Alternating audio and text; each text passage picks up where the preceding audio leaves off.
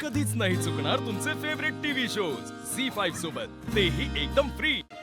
काडी मोडची नोटीसच देऊन ठेवली की रे मास्तरीन बाईंनी।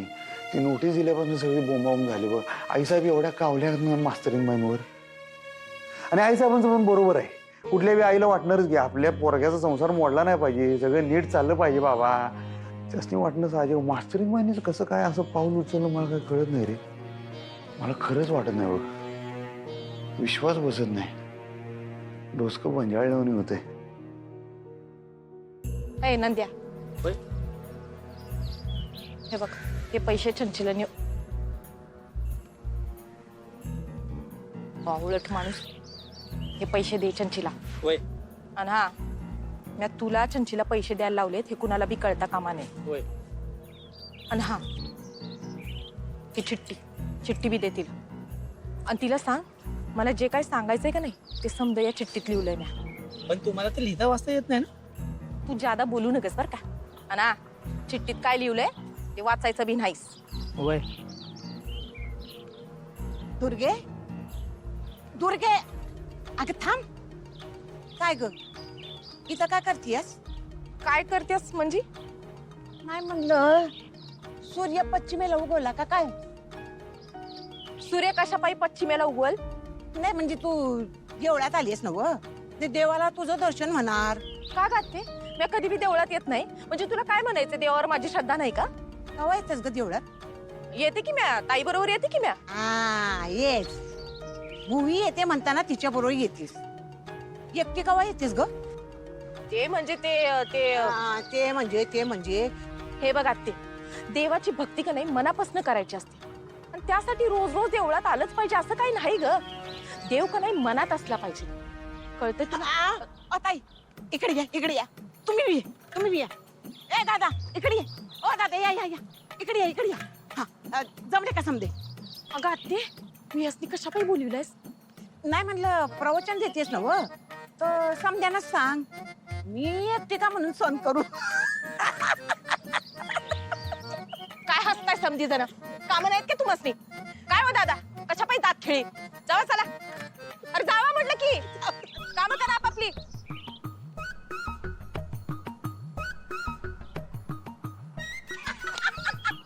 ए तू आत्ते, तुला माझे पाय खेचायला लई मज्जा येते ना व? बरं राहिलं। आता मला सांग, का आली होतीस तू देवळात? ते म्हणजे हा, मी विचारलं का बोबडी वळते ना व तुझी? काय हा, ते म्या देवाकडे मागणं मागायला। कसलं मागणं? हेच का, आपल्या घराचं भलं व्हावं म्हणून।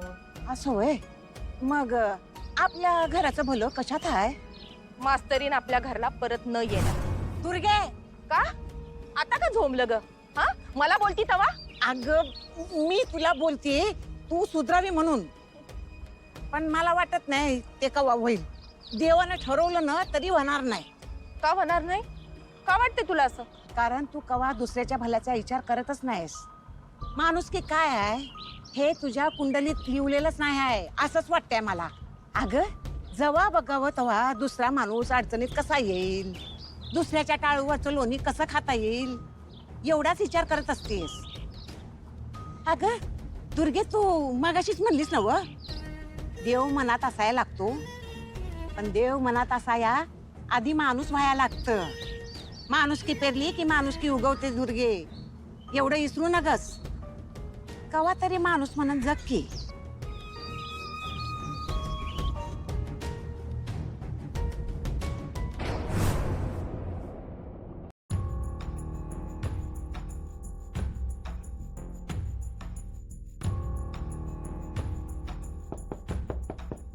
बोलतोय मी भुवनेश्वरी मॅडमशी, बोलणं झालं की कळवतो, थांबा जरा। सर मी आहे। अक्षरात तू ये नाही?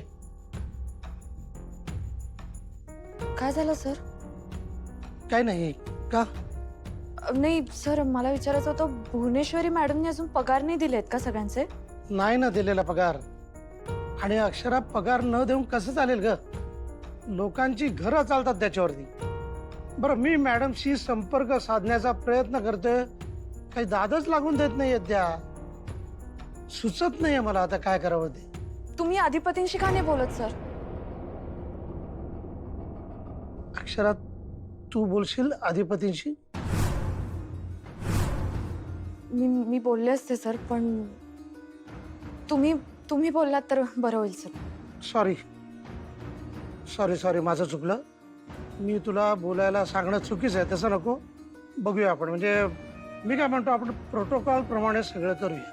नाही म्हणजे अगदीच वेळ आली तर मी बोलेन सर अधिपतींशी, असं नाही, पण मला असं वाटतं की तुम्ही बोलणं जास्त बरं होईल. तेच काहीतरी तोडगा सांगतील आपल्याला यावर. नको, अधिपतींशी बोललेलं त्यांना आवडणार नाहीये. कसं आहे ना अक्षरा, शाळेचा सगळा व्यवहार भुवनेश्वरी मॅडम बघतात. मग त्यांना डावलून जर का मी डायरेक्ट अधिपती साहेबांशी बोललो ना, त्यांना ते अजिबात आवडणार नाहीये. कसं आहे बघ, म्हणजे त्या स्वतःही काही बोलत नाहीत आणि प्रत्यक्ष त्यांच्या मुलाशी बोललेलं देखील त्यांना चालत नाहीये. नाही, मला खरंच वाटतंय अक्षरा की त्यांना ना ही शाळा चालवायचीच नाहीये. सर असं नका बोलू प्लीज. अगं नका बोलू म्हणजे काय? काय करणार? मला सांग, पगार हा केवळ एक भाग झाला, पण इतरही खर्च आहेत की नाही? इतरही खर्च आहेत, मेंटेनन्स आहे. त्यांनी लक्ष नको घालायला? सर मी थोडा वेळ बाहेर जाऊन येऊ का? माझा तास नाही आत्ता, मी लगेच परत येते. या खाऊन घेऊ.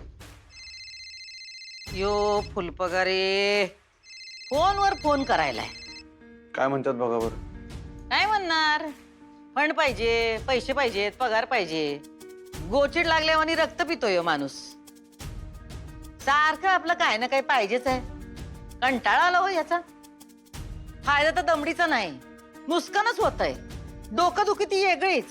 आणि एवढं करून काय मिळतंय आपल्याला? ठेंगा. सोनबाईंसाठी चालू ठेवली होती आपण शाळा, पण एवढं करून काय मिळालं आपल्याला? जरा विचार करा. पण दोन विषय वेगळे आहेत. शाळेचं वेगळं, पर्सनल आपलं वेगळं. हे आधी होत, आता समज पर्सनल. बाद झालं अधिपती, बाद झालं. आता दया आणि प्रेम बाद झालं. म्हणजे म्हणजे आपण ही शाळा बंद करून टाकू. का? काय झालं? डोसक्याला ताप झालाय नुसता. काय झालं? या फुलपगाराच्या मागण्या काही संपतच नाही. रोज उठून फंड द्यायला लागतोय.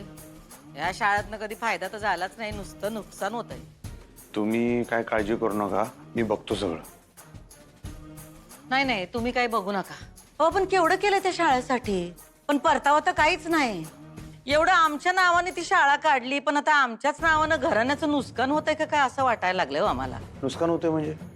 अहो, आजकाल सगळी पोरं त्या इंग्लिश मीडियम मध्ये जातात. मराठी मीडियम मध्ये लई कमी पोरं येतात. आता गेल्या वर्षी लई मोठ्या प्रमाणावर ऍडमिशन झालती, पण आता ह्या वर्षी काय नाही. आपण जाहिरात करूया जरा यावेळी, वाढतील ऍडमिशन. म्हणजे आला का खर्च? याच्यासाठीच आम्ही नाही म्हणतोय. जेवढा खर्च झाला तेवढा बाद झाला. आता नग.